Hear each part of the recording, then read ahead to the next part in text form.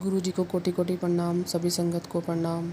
मैं अपना एक सत्संग शेयर करना चाहती हूँ। संगत जी, मैं अपना नाम शेयर नहीं करना चाहूँगी, अभी मुझे गुरु जी का आदेश नहीं है। सत्संग शुरू करने से पहले मैं अपना मंत्र जाप करना चाहूँगी। ओम नमः शिवाय, शिव जी सदा सहाय। ओम नमः शिवाय, गुरु जी सदा सहाय। मेरा सत्संग ये है कि बहुत दिनों से मेरे पास मैसेज आ रहा था कि कोई लेडीज़ होती है, उनके हस्बैंड में लड़ाई झगड़ा होता है। उसके बाद वो गुरु जी का सत्संग सुनती हैं तो उनका थोड़े हस्बैंड में नेचर में फ़र्क आता है।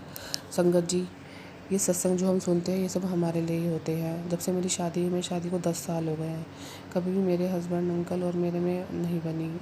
हमेशा पता नहीं मेरे इन-लॉज़ नहीं चाहते कि हम आपस में बना के रखें। थोड़े दिन सही रहता है, फिर झगड़े शुरू हो जाते थे, तो मैं बड़ी परेशान थी। मैंने गुरुजी से बोला, गुरुजी पता नहीं क्या बात है, हमारे में ना झगड़े रहते हैं चौबीसों घंटे, हमारे विचार नहीं मिलते। हम 5 मिनट भी बात कर लें तो 30 छठे मिनट में हमारा झगड़ा हो जाता है। मैंने कहा गुरुजी, मैं बहुत तंग आ चुकी हूँ इस चीज़ से। फिर ऐसे ऐसे ऐसे करते हुए मेरे पास सत्संग आने शुरू हो गए कि किस तरह एक लेडीज़ को होती है, उसके हस्बैंड से उसकी लड़ाई होती है और गुरुजी से आदेश देते हैं कि तू उससे बात कर। ये मेरे पे सत्संग 2-3 दिन पहले ही आ रहा था। उसके बाद वो बात करती है, उसका सॉर्ट आउट हो जाता है। अभी मैं आपको बताऊँ, मेरे जो हस्बैंड अंकल हैं ना, वो थोड़े से अलग नेचर के हैं। उनका गुस्सा बहुत उन पे हावी रहता है। मेरे पास मैसेज आया गुरुजी का थोड़े दिन पहले, 3-4 दिन पहले, मैंने तेरे हस्बैंड का गुस्सा शांत कर देता है। फिर मैंने गुरुजी से 3-4 दिन पहले अरदास करी, क्योंकि चौबीसों घंटों की लड़ाई और झगड़ों से भी ना इंसान परेशान रहता है। मैंने गुरुजी से कहा, गुरुजी मैंने कभी आपसे कुछ मांगा नहीं, बस मैं आपसे अरदास करती हूँ कि ना आप हर्षित अंकल का ना गुस्सा शांत करें और वो मेरी केयर करें। अगर अगर आदमी ये ज़रा सा कह दे ना कि और तू ठीक है, तेरी तबीयत कैसी है, तू दवाई ले ले, तो ये कर ले, तो औरत आधी वैसे ही ठीक हो जाती है। अगर आप उसको 24 घंटे ताने ही मारते रहोगे हर चीज़ के लिए कि तूने ये कैसे करा, ये कैसे करा, तो वो टूट जाती है। लेकिन मैं बहुत परेशान थी। फिर मैंने गुरुजी से अरदास करी। गुरुजी ने मुझे कहा, तू चिंता ना कर, सब कुछ ठीक हो जाएगा। मेरे पास बहुत मैसेज आ रहे थे कि मैंने तेरे हस्बैंड अंकल और तेरे बेटे की हेल्थ ब्लेस करी, तू चिंता मत कर, तेरे उत्ते बहुत बड़ा, तेरे हस्बैंड उत्ते और तेरे बेटे उत्ते बहुत बड़ा संकट आने वाला था, जो उसे मैंने हल्के में टाल दिया। तू चिंता मत कर, तू बस सिमरन करे जा, बाकी मैं देख लाँगा। गुरुजी के मेरे पास सत्संग आते रहते हैं। गुरुजी ने मुझे बोला कि तू चिंता मत कर, जो तेरे हस्बैंड अंकल पे जो कोई संकट आया था, मैंने उसे दूर कर दिया। पता नहीं कौन सा संकट था, मुझे नहीं पता संगत जी, लेकिन मैं उसका शुक्राना करना चाहती हूँ गुरुजी। कुछ संकट ऐसे होते हैं गुरुजी जो हमें पता भी नहीं चलने देते और आसानी से ख़त्म भी हो जाते हैं।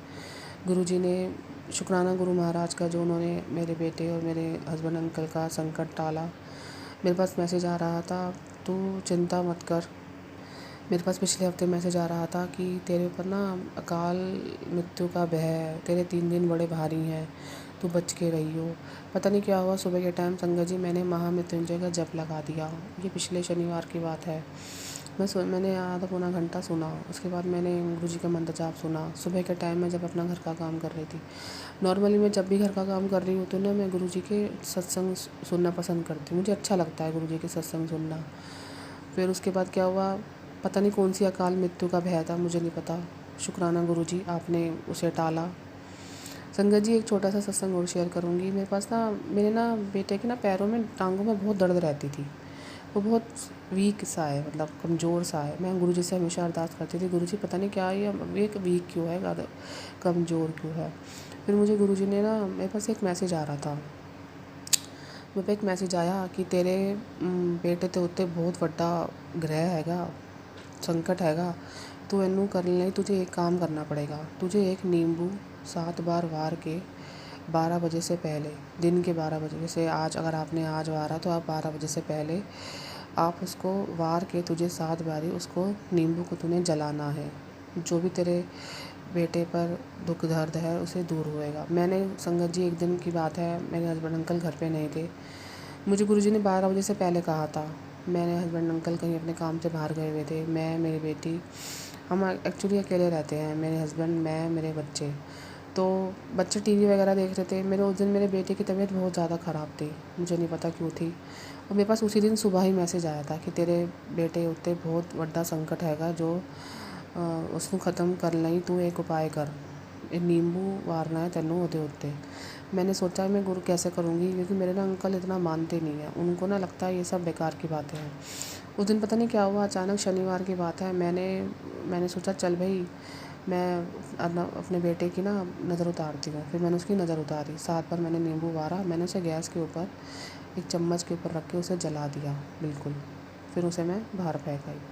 अगले दिन मानोगे नहीं आप संगत जी, थोड़े दिन पहले की बात है, वो पढ़ता लिखता नहीं था, पता नहीं उसे नज़र लगी हुई थी, क्या था क्या चीज़ें उसे रोकती थी। अब थोड़ा पढ़ने भी लगा है, उसे कुछ खाने पीने भी लगा है, वो कुछ खाता पीता नहीं था, वो हमेशा जिद मारता था हर चीज़ के लिए। अब वो जो संकट था, गुरुजी ने मुझे उसका उपाय बताया, मैंने वो उपाय करा, अब वो ठीक है। शुक्राना Guru Maharaj, thank you so much गुरुजी। गुरुजी के मेरे पास और भी बहुत सारे उपाय आते रहते हैं, छोटे छोटे उपाय। ऐसा हुआ, मेरे जो बेटा है ना, उसके टांगों में बड़ी दर्द रहती थी। मैंने गुरुजी से अरदास करी, गुरुजी इसकी ना टांगों में बहुत दर्द रहती है, अब मैं क्या करूँ आप बताइए। फिर मेरे पास एक सत्संग आया एक लेडीज़ का, उनके ना बेटे के टांगों में बड़ी दर्द रहती है।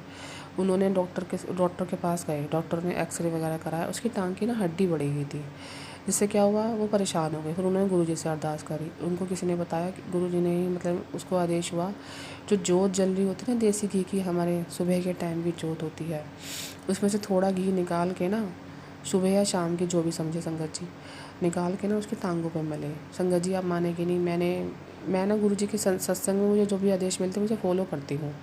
देखो संगत जी 99% तो मैं कर लेती हूँ, 1% जो नहीं कर पाती तो वो 1% होता है जब मेरे अंकल नहीं मानते, लेकिन अब तरह से मैं पूरी कोशिश करती हूँ संगत जी।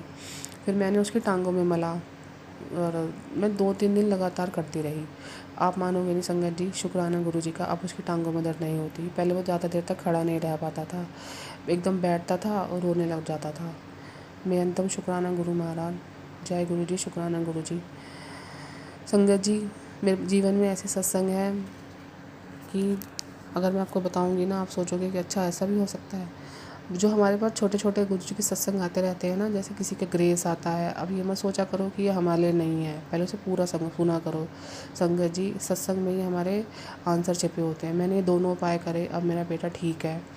अब थोड़ा सा वो कुछ खाने पीने भी लगा है, फिर थोड़ा पढ़ने भी लगा। उसका पढ़ाई में ध्यान बिल्कुल भी नहीं था, मुझे चिंता रहती थी। मेरे पास मैसेज आता है, गुरुजी का, अब तू चिंता मत कर, मैंने तेरे बच्चे ਨੂੰ ਰਿਲੈਕਸ ਕਰ ਦਿੱਤਾ ਹੈ, ਉਹਨਾਂ ਦੀ ਸਿੱਖਿਆ ਦੀ ਔਰ शादी चिंता ना कर, वो सब मेरे जिम्मे, मैंने तेरे बच्चों का हाथ फड़ लेता है। शुक्राना गुरुजी, बेअंतम शुक्राना, आपने मुझे हिम्मत बख्शी, आज मैं ये सत्संग शेयर कर रही हूँ।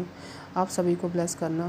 जय गुरुजी, शुक्राना गुरुजी। सत्संग जी मेरा सत्संग थोड़ा बड़ा हो रहा है, अब मैं अपनी वाणी को यहीं विराम देती हूँ। जय गुरुजी, शुक्राना गुरुजी। जो भी ये सत्संग शेयर करे, अंकल और आंटी, आप उन सभी का भला करना गुरुजी। सर्वबद्धा भला करना, निसहाय की रक्षा करना गुरुजी। जय गुरुजी, शुक्राना गुरुजी, धन धन गुरुजी, वाह वाह गुरुजी, मेरे प्यारे गुरु।